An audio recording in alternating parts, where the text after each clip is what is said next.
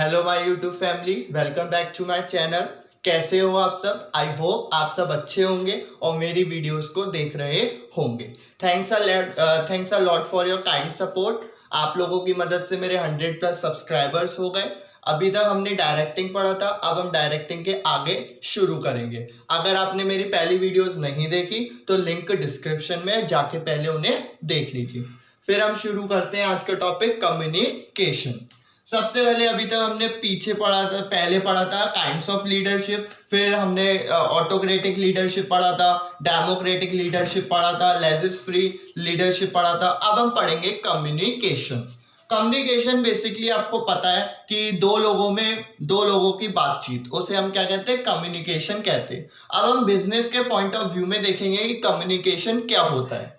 Communication element of directing is concerned with expressing our views, thoughts, ideas shared with more persons by different means. Communication का मतलब क्या होता है? हम दूसरों के साथ अपने व्यूज, अपने थॉट्स, अपने आइडियाज, वो भी किसके पॉइंट ऑफ व्यू से? बिजनेस के पॉइंट ऑफ व्यू से। इसे ही हम क्या कहते हैं? कम्युनिकेशन कहते हैं।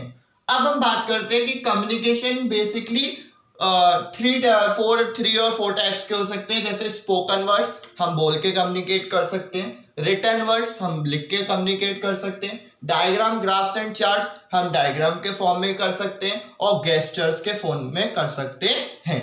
फिर आता है कम्युनिकेशन प्रोसेस। कम्युनिकेशन एक प्रोसेस होता है।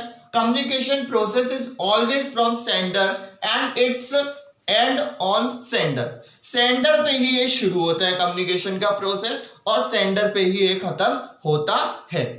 फिर there are two types of communication. Communication के टू टाइप्स होते हैं। जैसे आपने पढ़ा था इंसेंटिव्स के भी टू टाइप्स होते हैं और कम्युनिकेशन के भी टू टाइप्स होते हैं। एक होता है आपका फॉर्मल कम्युनिकेशन और एक आपका होता है इनफॉर्मल कम्युनिकेशन। फॉर्मल कम्युनिकेशन क्या होता है? Formal communication refer to official communication at official piece between the people who are officially relate to each other. जो कम्युनिकेशन ऑफिशियल पर्पस के लिए होता है उसे हम क्या कहते हैं? फॉर्मल कम्युनिकेशन कहते हैं। फिर आता है formal communication follows scalar chain and new rules and new regulations. मतलब जो फॉर्मल कम्युनिकेशन होता है वो स्केलर चेन के अकॉर्डिंग ही फॉलो होता है। जैसे टॉप लेवल मैनेजमेंट, फिर उसके बाद मिडिल लेवल मैनेजमेंट, देन उसके बाद लोअर लेवल मैनेजमेंट। ये जो होता है फॉर्मल कम्युनिकेशन जो फॉलो होता है वो किसके अकॉर्डिंग होता है? स्केलर चेन के अकॉर्डिंग होता है। मतलब जो कम्युनिकेट होगा वो टॉप लेवल किससे कम्युनिकेट कर सकता है? मिडिल से कर सकता है। और जो मिडिल लेवल होगा वो किससे करेगा? लोअर लेवल से कम्युनिकेट करेगा। फिर हम बात करते हैं new rules and regulation discussed और टास्क और गोल सेट। मतलब इसमें जो न्यू रूल्स एंड रेगुलेशंस होते हैं वो क्या होते हैं? इसमें कम्युनिकेट करते हैं मैनेजर, और top level manager middle level को कम्युनिकेट करेगा। फिर उसके बाद आता है this is form on the way of letters and applications. इसमें ये कैसे हो सकता है? लेटर्स में भी हो सकते हैं, लेटर्स के फॉर्म में भी हो सकते हैं और एप्लीकेशंस के फॉर्म में भी हो सकते हैं। अब हमने फॉर्मल कम्युनिकेशन पढ़ा, अब हम फॉर्मल कम्युनिकेशन के अंदर की बातें पढ़ेंगे। बट उससे पहले मैं आप लोगों से एक चीज कहना चाहता हूं। अब आप सबको पता ही है क्या आ रहा है? 15 अगस्त आ रहा है। उसी के साथ अगर आप पक्के भारतीय हो तो प्लीज मेरे कमेंट में जय हिंद जरूर लिखना। उससे फिर स्टार्ट करते हैं आगे पढ़ना। आता है वर्टिकल कम्युनिकेशन। फॉर्मल कम्युनिकेशन के अंदर आता है वर्टिकल कम्युनिकेशन। वर्टिकल कम्युनिकेशन के अंदर भी आता है upward communication. Transfer of information from top to bottom is known as upward communication. जब कोई भी इंफॉर्मेशन टॉप से लेके बॉटम तक आएगी, टॉप मतलब टॉप लेवल मैनेजमेंट से बॉटम लेवल मैनेजमेंट तक आएगी, उसको हम क्या कहते हैं? अपवर्ड कम्युनिकेशन कहते हैं। बेसिकली ये कब कब होता है? टास्क में और गोल में। कब कब होता है? टास्क में और गोल में। फिर आता है डाउनवर्ड कम्युनिकेशन। डाउनवर्ड कम्युनिकेशन में बेसिकली क्या होता है? Transfer of information from bottom to top is known as downward communication. Downward communication मतलब जैसे जब क्या होता है?